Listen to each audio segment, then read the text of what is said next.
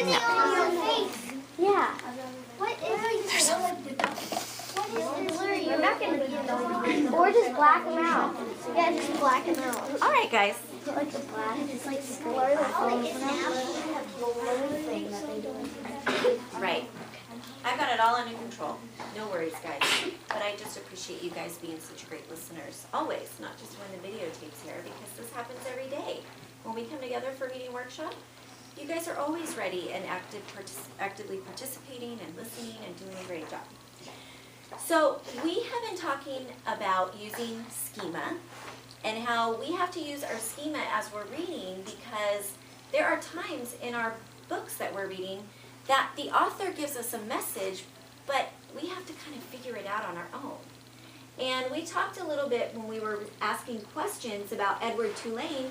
Sometimes those thick questions that we ask are not always the ones that we can find right away in the book. Sometimes we have to use schema to kind of help us figure it out. And when we do that, it's called inferring. And inferring means that you are using what you already know, all that stuff in your beautiful brains, and some clues from the book to help you understand what the author is trying to tell you. So an example was when we talked about gray-haired Charles, right?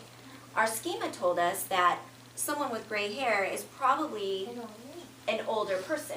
So without the author telling us Charles was old, they were able to give us the vision, and we used our clues to kind of help us figure out what kind of a person Charles was.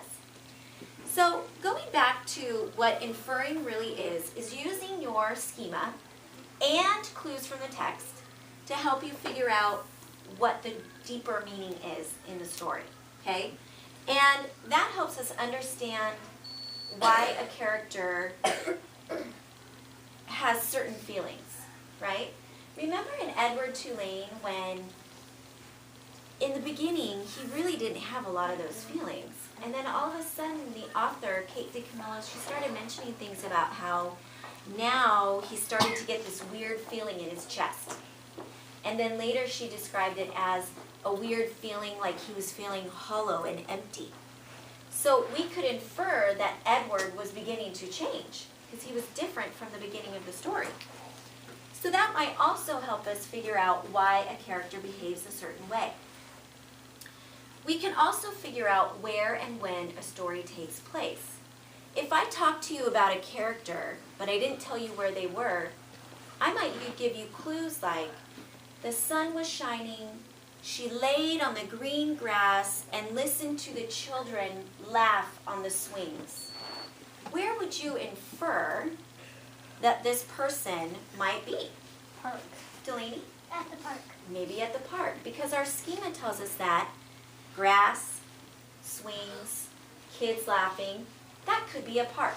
So you use clues from what I was telling you and something that you already know about parks and playgrounds to help you figure out the place. We also use inferring to make predictions, right?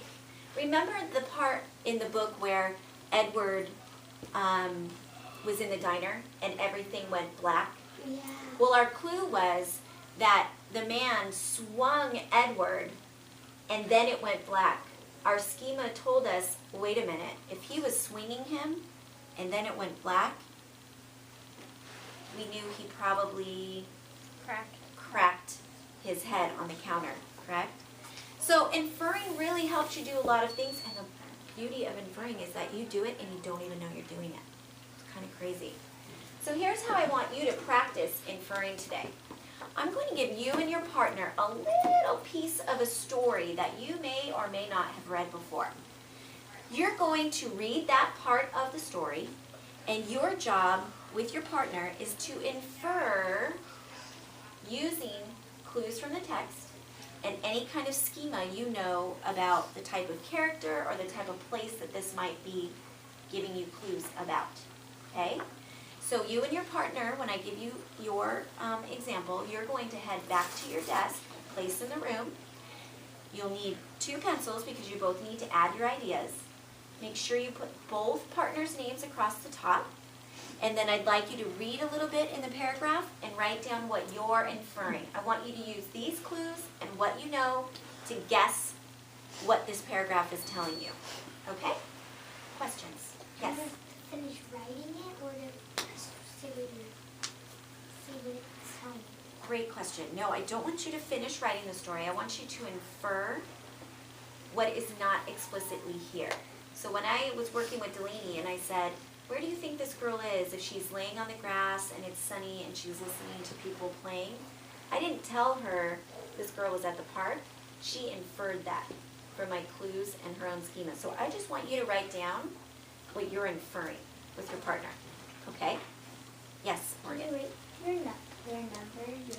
Of course. Yes. Casey? What do you do when you finish writing? Bring it back up. And we're going to share them because some of you will have the same exact story, and it'll be interesting to see if you got the same ideas.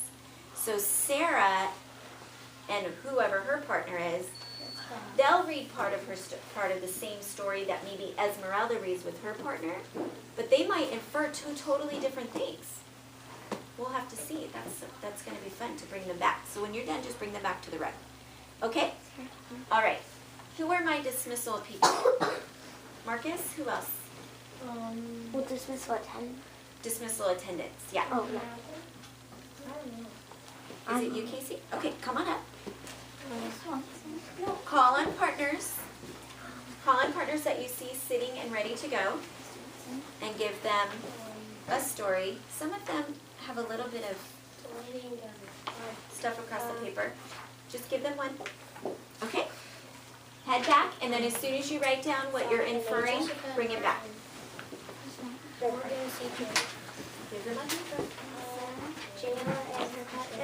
I'll figure out who should be, because there's a lot of people with no partners today.